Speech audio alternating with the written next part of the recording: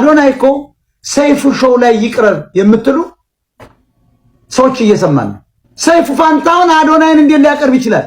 ስለሮጥክ ሽንት ቤት ገብተህ ሰገራን እያራ ብዙ ቪው በማግኘት ትችላለህ የሚል እሳቤ ውስጥ መገኘት ትልቅ ስህተት ነው።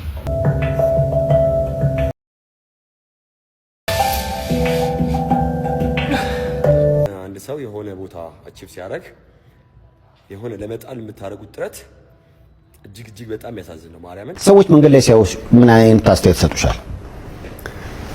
አንዳንዴ በጣም ከመጠን በላይ ይሆንብኛል። ወላሂ በጣም ከአቅሜ በላይ ይሆንብኛል። እጃቸው ሼክም ያደርጋል ምናምን አጥናቆት። አዎ ፎቶ ሊሉኝ መተው ምናምን እንዲህ ያሉ እነሱአሉና በነገሩ እኔም ብያለሁ ተነ እኔ እንኳን ስላልጠጣው ነው። እና የሰው አድናቆት ማለት ነው። አዎ ዋው!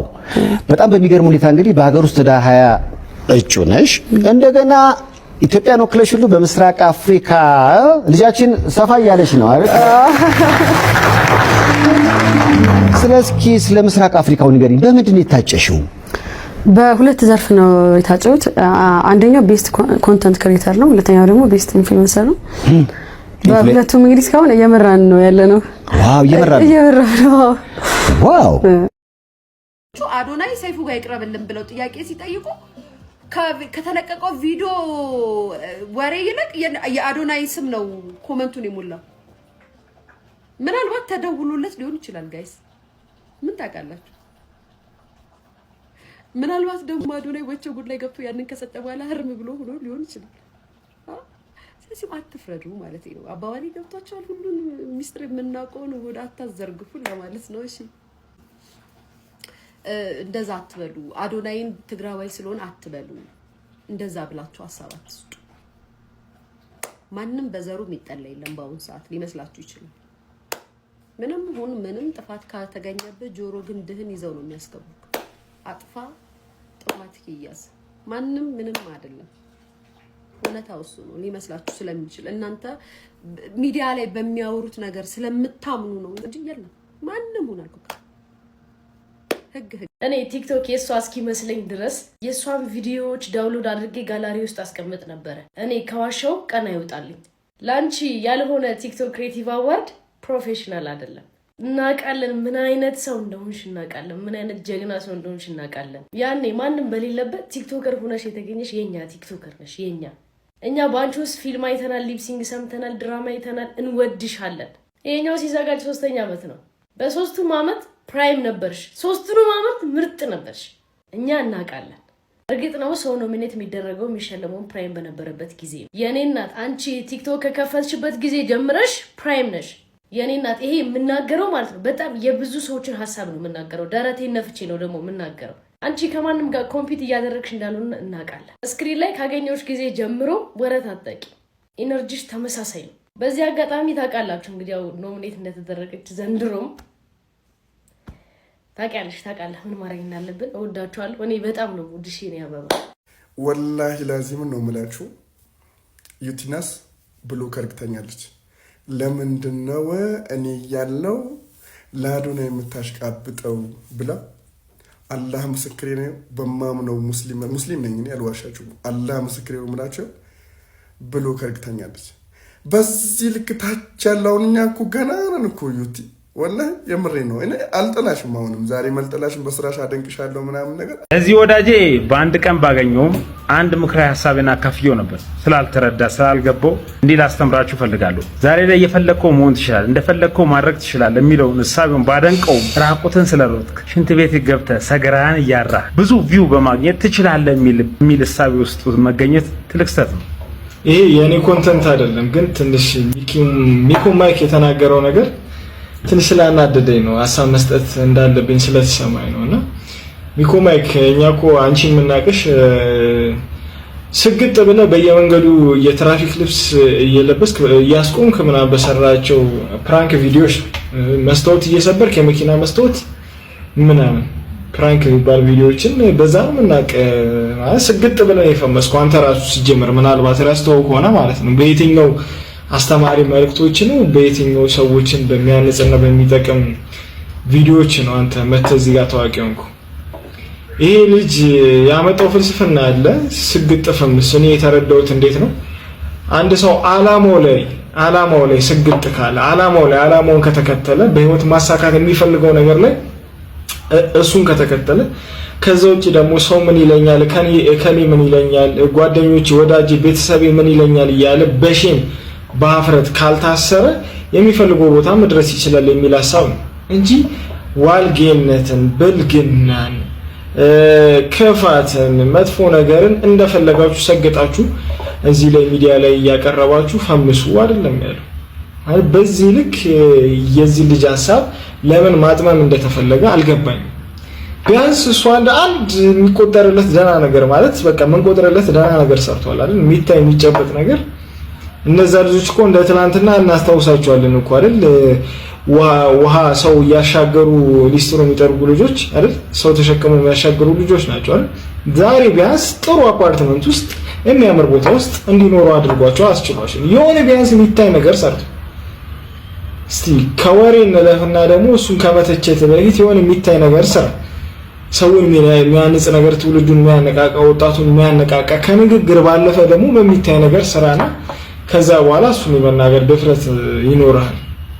አድርሱልኝ ከቻላችሁ ለማይኩ። የሆነ ጊልትነስ ስሜት እየተሰማኝ ስለሆነ ነው ይሄን ቪዲዮ ፖስት የማደርገው። አዶኒም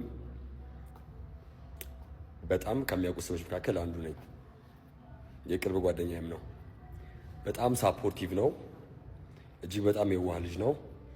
ሜቢ የሚያደርጋቸው አክሽኖች ለአንዳንድ ሰው ላይመች ይችላል እና በጣም ብዙዎቻችሁ ስለተነሳችሁበት ስፔሻሊ ወንዶች እና የሆነ ሴሌብሪቲዎች የሆነ ሶሻል ሚዲያ ላይ ኢንፍሉዌንስ የምታደርጉ ሰዎች ይላክልኛል፣ ይደርሰኛል እና